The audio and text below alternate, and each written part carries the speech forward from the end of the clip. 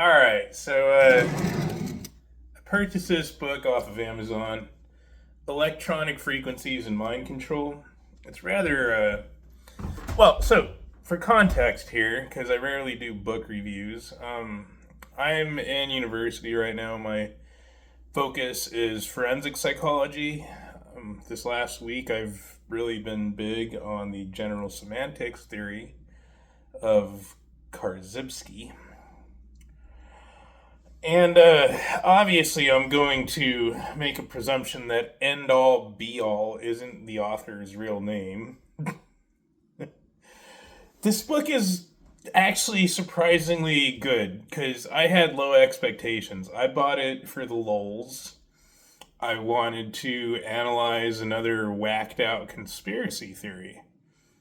But to be clear, so in my study, I know that the Soviet Union created these frequency emitters that calm the mood of patients in mental asylums. So there is a legitimate science behind electronic frequencies. There was all these devices that were invented by Soviet scientists. This so far has nothing to do with that. I don't know about the whole book. I'm already on chapter 6. I've binge read this thing. I opened it up this morning and I'm already all the way to Law Code of Hammurabi, Civil War, Four Gospels. This is chapter 6, right? Who dictates morality, right? There's 13 chapters and it looks like maybe by chapter 11 he gets into one device. Most of it is just about the cognitive mechanisms inside us that can be manipulated,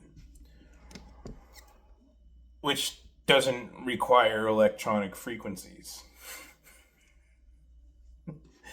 And another hilarious observation is he is doing the very manipulation that he's teaching about in this book to the reader.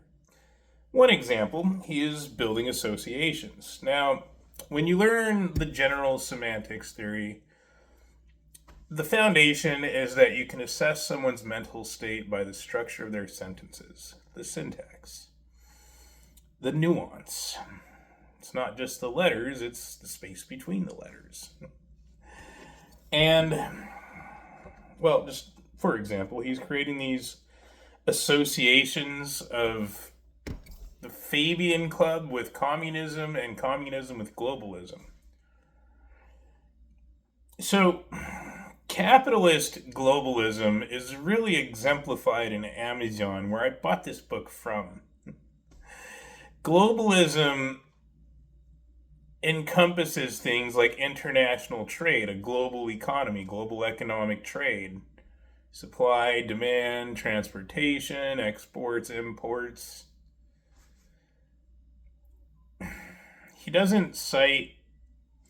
cites Wikipedia a lot, but he doesn't show the date that he accessed the website because Wikipedia changes all the time, along with other websites. He doesn't add any references that I'm aware of because the way that I was taught is if you do that, you have to put in parentheses like a citation, whether it's in-text citation or, a little one next to it, and then on the reference list, it's like, oh, this date, this is the date that I accessed this website. This is the author of the article. No. So he repeatedly does that a lot. And then he worships Trump, which I find really curious because if you want an example of capitalist globalism, well, Donald Trump is a globalist capitalist. However, despite being an amalgamation of truth and lies, there is a lot of good content in here so far. The guy is not a moron. I'm just going to assume it's a male. Don't know why.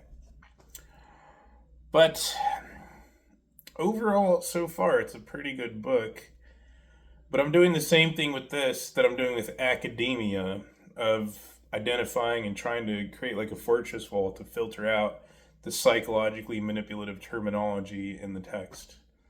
That either the author is dumb and unintentionally tries to create an association, to manufacture an association in the reader's mind between communism and globalism, or he is deliberately deceptive and manipulative.